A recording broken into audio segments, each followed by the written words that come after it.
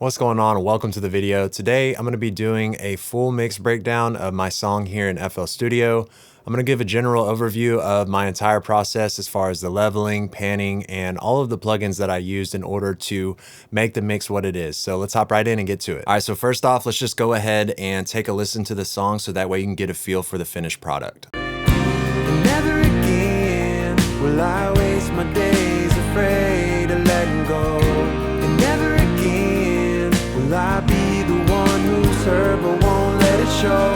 I took the lonely way home on a back road, but the windows roll down as the wind blows. I'm tired of giving up and I'm tired of giving in. I try to make it right but never again.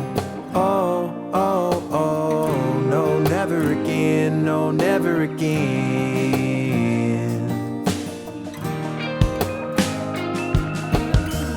All right, so it's a pretty cool song. It has a country vibe to it, and there's a lot of different instruments that are kind of working together to achieve the overall sound. So we have a lot of acoustic guitars, some electric guitars, a steel guitar, some keys, a bass, and then the drums. So the first thing we'll start on is the drums. All right, so you can see here in the FL Studio mixer that I have all of the drums highlighted in yellow. So all of these drum tracks are routed over here to the left side of the mixer to mixer track number 17, and this is my drum bus. And then the drum bus is routed out to the all drums bus here on mixer track number 2, and then the all drums bus is routed to the master. So each one of these drum tracks has a way to reach the drum bus and then eventually reach the master channel. Now, since I have multiple kick mics, I actually route these out to a kick sub bus right here on mixer track number 21, and then that's routed over here to mixer track number 17. And the same thing goes for the snare top and the snare bottom mic. Since I have multiple mics, I'm gonna route those to a snare sub bus, and then the snare sub bus is gonna be routed to the drum bus. Now, as far as the leveling goes, I did use the FL Studio faders here in the mixer,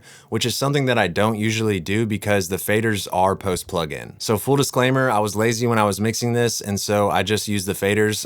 But usually what I would do is just load something at the beginning of my plugin chain to adjust the gain and get the level that I want, or you can just click on the individual tracks and adjust the volume from there.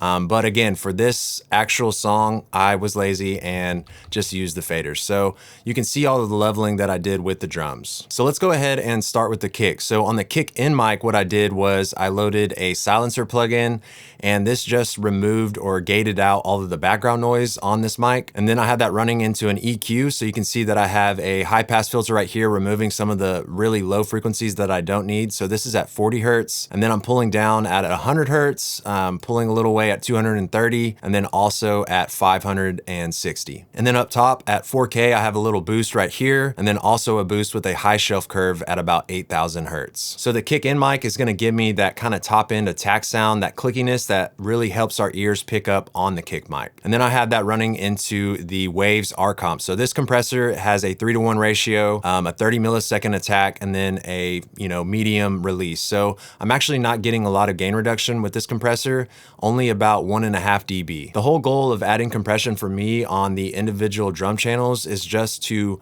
make the transient stick out a little more. And you can accomplish that by using a slower attack time to allow that transient to kind of pop through the compressor untouched. And that in itself is gonna make the transient stick out more because you're compressing the tail end of the sound. So next up on the kick out mic, again, I have the silencer plugin, just removing the background noise. I have another EQ, just pulling out some frequencies that I don't need. And then you can see up here at the top end, I didn't boost the top end on the kick out mic because the kick out mic is really giving me that low end, right? And the kick in mic is gonna give me that top end clickiness. And then lastly, I have another Waves R-Comp 3:1 ratio, getting a little bit more compression on this one, about 2.5 dB, but again, just making that transient stick out a little more. And then I also used a kick sample here in Trigger 2, and this one is actually just kind of blended in and tucked underneath the kick in and the kick out mic just for reinforcement. But all of these 3 kick mixer tracks are routed over here to the kick sub. And on the kick sub, I have the standard clip plugin. So basically I'm just clipping off a little bit to gain more headroom for my mix. Since the kick is likely gonna be one of the loudest elements in my mix, I wanna control the peaks on it so that way at the end, I can bring my entire mix up and make it louder. Next, on the snare top mic, I have an EQ. So basically I'm rolling off a lot of the low end. I'm boosting right here at 198 Hertz, so about 200. just to, give the snare a little bit more body.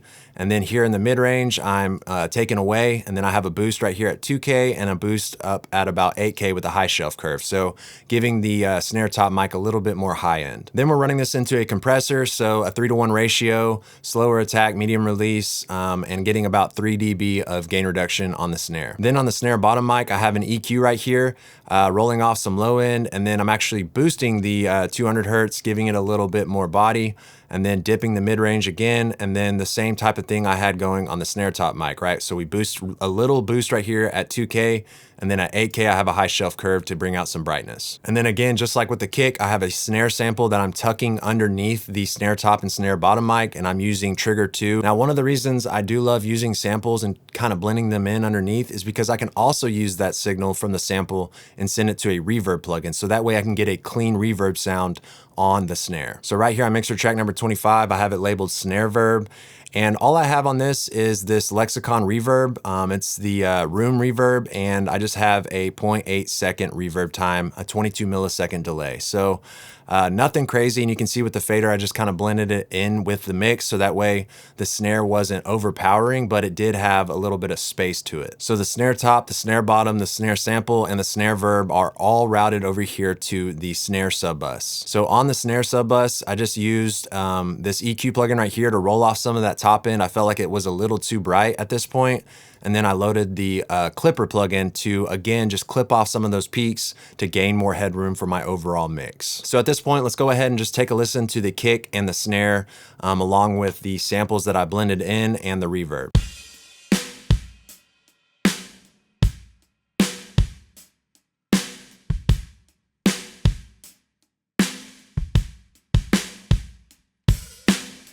Next up, we have the tom track. So on the first tom, I have an EQ rolling off the low end and then dipping some of this mid-range.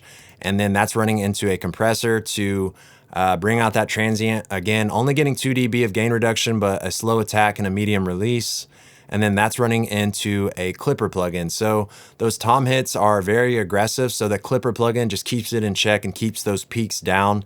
So again, that my mix can be loud at the end of the process. Next up on the second tom track, I have an EQ, again, just rolling off some low end right here, and then pulling down at 250 hertz, and then also at 4000 hertz. So when I'm EQing, I'm just listening for frequencies that I don't like in the sound, so it's never gonna be the same for every song, so you really just have to trust your ears. That's running into a compressor, the Waves R-Comp, again, 3-to-1 ratio, about 2.5 dB of gain reduction. And then lastly, the clipper plugin, just clipping off those peaks. Now you can see here on the toms in the playlist, I actually, instead of using a gate, what I did was I just chopped these up manually because the tom tracks are only hitting at certain parts in the song, so instead of just using the gate and having to dial that in perfectly, I just cut out all of that background noise. Next up, we have the overhead mics, and these can really bring some life to the drums. First, I loaded an EQ plugin and rolled off the low end because I already have the low end from the kick mics. And then I made a pretty aggressive cut right here at around 500 hertz just to clean up some of that mud. Next up, I just have the Waves R-Comp, adding some compression to the overheads, about 5 dB of gain reduction,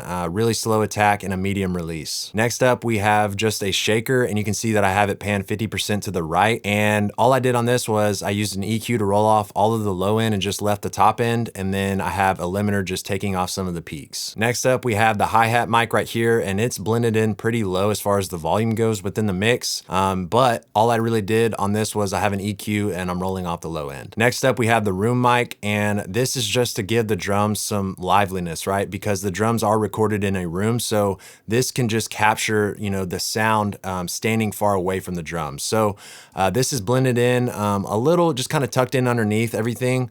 But what I did was I used this EQ, rolled off the low end, dipped some right here at 250, and then rolled off some of that top end. And then that's running into this CLA 76 plugin, and we're getting some heavy compression with this compressor.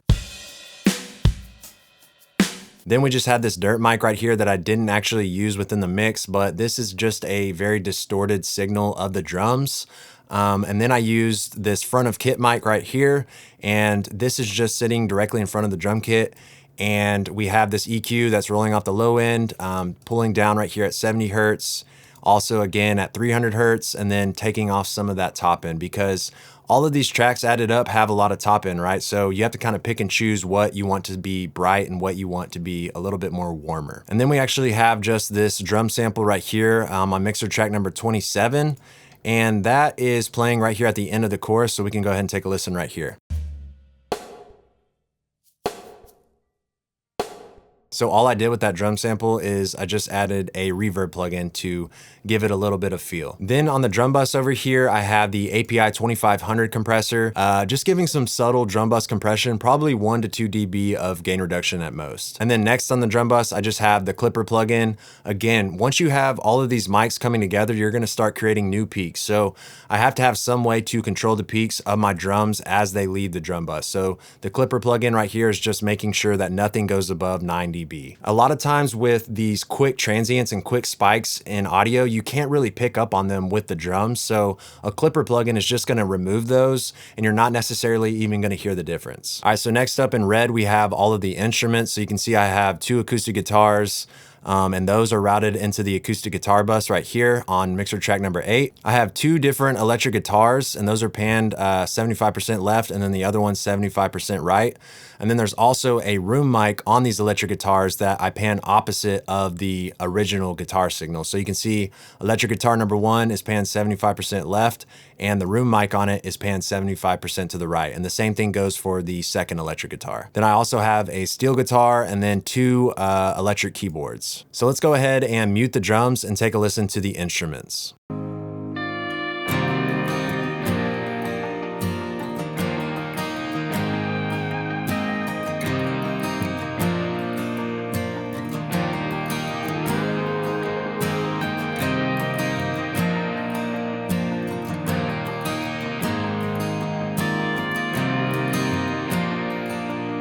Okay, so on the first acoustic guitar, I have an EQ, as you can see right here, and that's running into the CLA 3A compressor. Probably just doing 2 dB at most of gain reduction. I really try to be light with the compression on acoustic guitars because once you start doing some heavy compression, it starts to sound unnatural on instruments like an acoustic guitar. Then I have the Mag EQ right here, and all I'm doing here is just using the airband at 10,000 Hertz to boost at about 3 dB to give the acoustic guitar some more brightness. And then lastly, I have a limiter here set at 11.5 dB, so it's just limiting everything and not letting anything go above 11.5 dB. So just like with the drums, I have something here to control the peaks so that way when all of these different instruments and buses come together on the master channel, I don't have all of these new peaks being created and, you know, preventing me from making my mix loud at the end with the final limiter. On the second acoustic guitar, it's panned 50% to the right, and it has an EQ plugin, just removing some frequencies that I didn't like. The same thing, a CLA 3A compressor, and then another limiter controlling those peaks. And this one wasn't peaking as high, so I have it set at -13. And you can see I'm only getting about 0.5 dB of limiting. So I'm not going crazy with the peak control, especially on the instruments, but just something there to kind of bring it down a little bit, and you really don't even notice it. And just a quick side note, I've found that clippers sound a little bit more transparent on things like drums, and then limiters sound a little bit more transparent on things like vocals and instruments. So next up, we have the electric guitars, and you can see here the first one is panned 75% to the left, and all I have on this is an EQ, just basically putting the electric guitar directly in the mid-range and taking everything else away. And then again, I have a limiter on this to control the peaks, so nothing's gonna go above -18. And then on the room mic, all I have is this EQ right here, just taking away the low end and taking away the top end. On the second electric guitar, this one's panned 75% to the right. And again, just like with the other electric guitar, just some basic EQ and a limiter. And then on the room mic for this second electric guitar, I have an EQ just rolling off the low end. So let's go ahead and just take a listen to the electric guitars by themselves.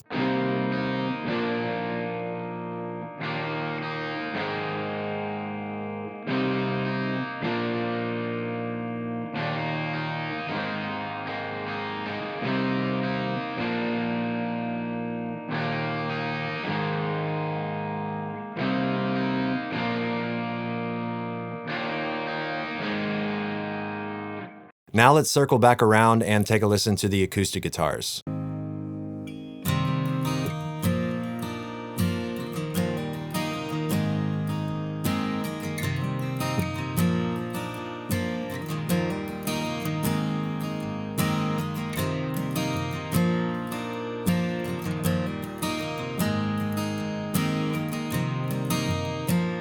Okay, so again, having them panned, to the opposite sides of each other just makes it feel more wide. Moving on, we have the steel guitar, and you can see I have this panned 50% to the right. All I did on this was some basic EQ, and then I have a limiter just controlling those peaks. Let's go ahead and take a listen to the steel by itself.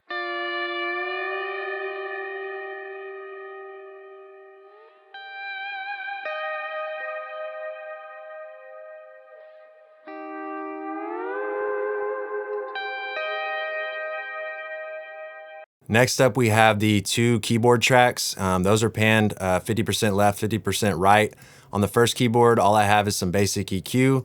And then on the second one, I have another EQ rolling off the low end, and then that's running into a limiter because this specific keyboard track had some of those random spikes in audio. So let's go ahead and take a listen to the keyboards by themselves.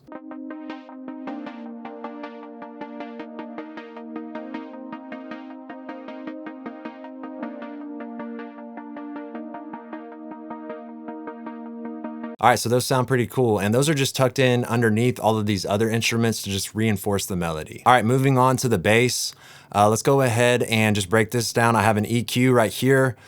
Some heavy EQing up here in the mid-range, like at about 1000 and 2000 hertz. I'm boosting to just kind of bring out that mid-range and make the bass a little bit more audible to the ear. And then you can see right here, I have a low shelf bringing down some of the low end. I actually thought it was kind of clashing with the kick a bit. So I felt like, with the boost in the mid-range here, you can still hear the bass good. So you don't necessarily need as much low end. And then I have a high pass filter just removing everything below 30 hertz. And then that's running into a Waves R-Comp compressor with about 2 dB of gain reduction, a little bit slower of an attack, and a medium release. And then again, I'm using the L1 limiter to remove about 2 dB from the bass. So let's go ahead and take a listen.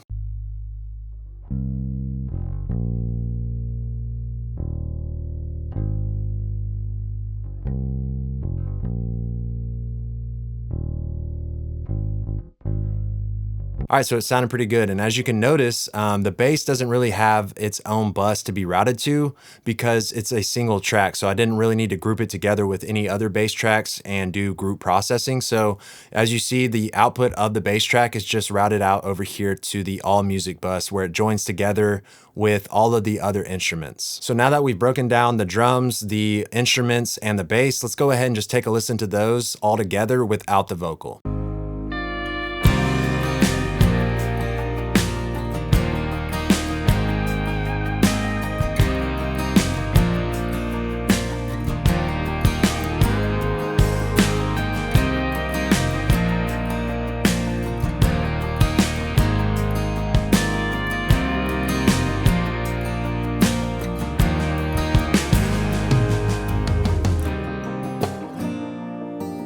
All right, so next up, let's go ahead and focus on the vocals. So I'm gonna mute everything but the vocals, and let's go ahead and take a listen. And never again will I waste my days afraid of letting go. And never again will I be the one who's hurt but won't let it show. I took the lonely way home on a back road, with the windows rolled down as the wind blows. I'm tired of giving up and I'm tired of giving in. I tried to make it right but never again.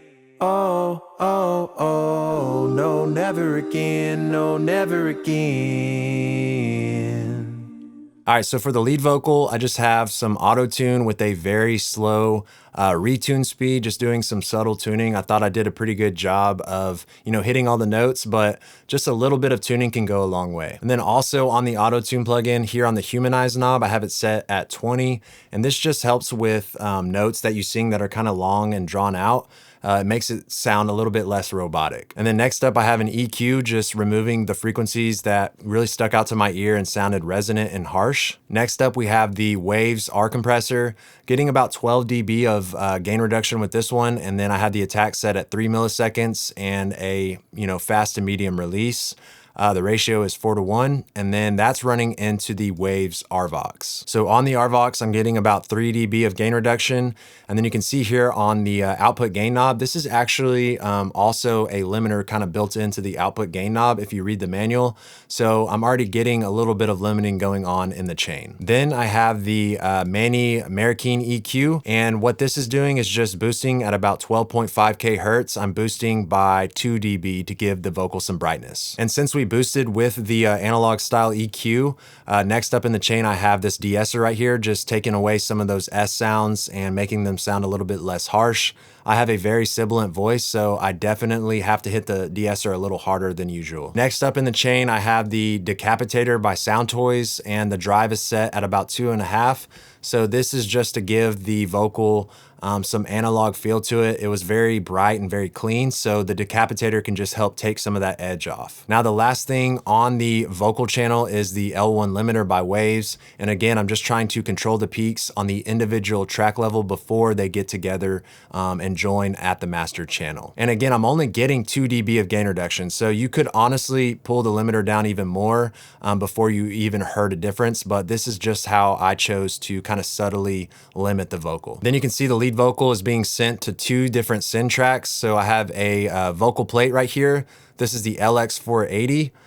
So these are my reverb settings. And then I actually have an EQ plugin loaded directly after the reverb plugin to roll off all of that low end, because that can make your mix very muddy. And then the vocal is also being sent over here to this delay mixer track. And I have the H delay by Waves.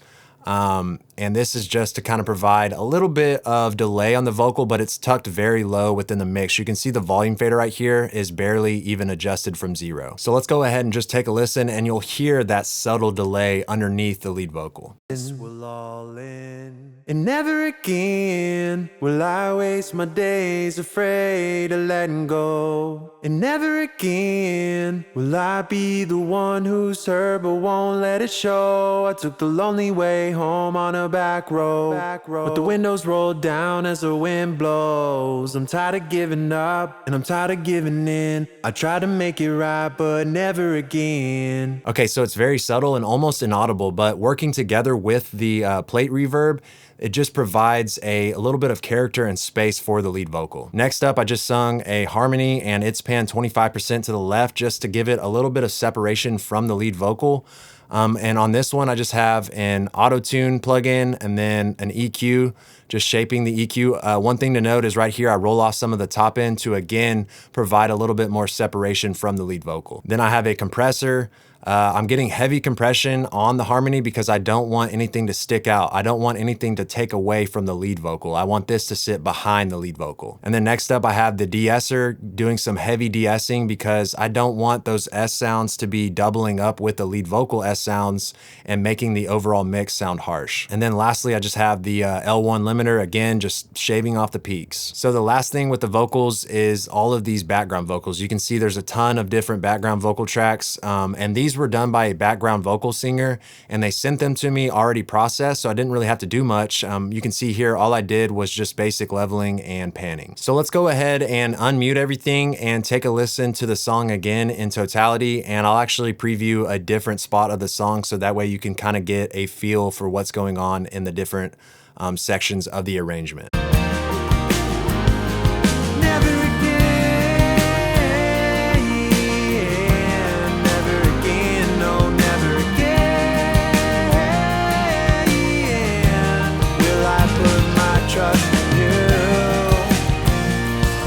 Took it all from me and you left me here alone. Mistakes were made, our path is paved, but that's how it goes. Okay, so as you could hear at the end of the song, everything just kind of came up in level, right? The instruments became more aggressive, the drums were louder, the vocal. So one thing that I do, and I failed to mention this when I was breaking down the instruments, is on the instrument bus, I have this plugin right here called Track Spacer. And essentially what it does is it just ducks the exact frequencies of the vocal. It ducks those frequencies on the instrument bus. So this just ensures that the lead vocal and the instruments don't clash in certain areas. And then again, on the instrument bus, I do have this L1 limiter controlling the peaks, so nothing is gonna be going above -12 as far as the instruments go. So let's go ahead and take a listen to the second verse to see how that sounds. Maybe I could be strong enough to hold it all together, oh, 'cause happiness is free. But it seems that nothing can change the fact that it never lasts forever, no. Thought I knew it all, didn't learn from things I saw. Guess I was caught up in the moment and it's all my fault. But I can't take nothing back, doesn't matter where I'm at. All I know deep inside is that never again will I waste my days afraid of letting go.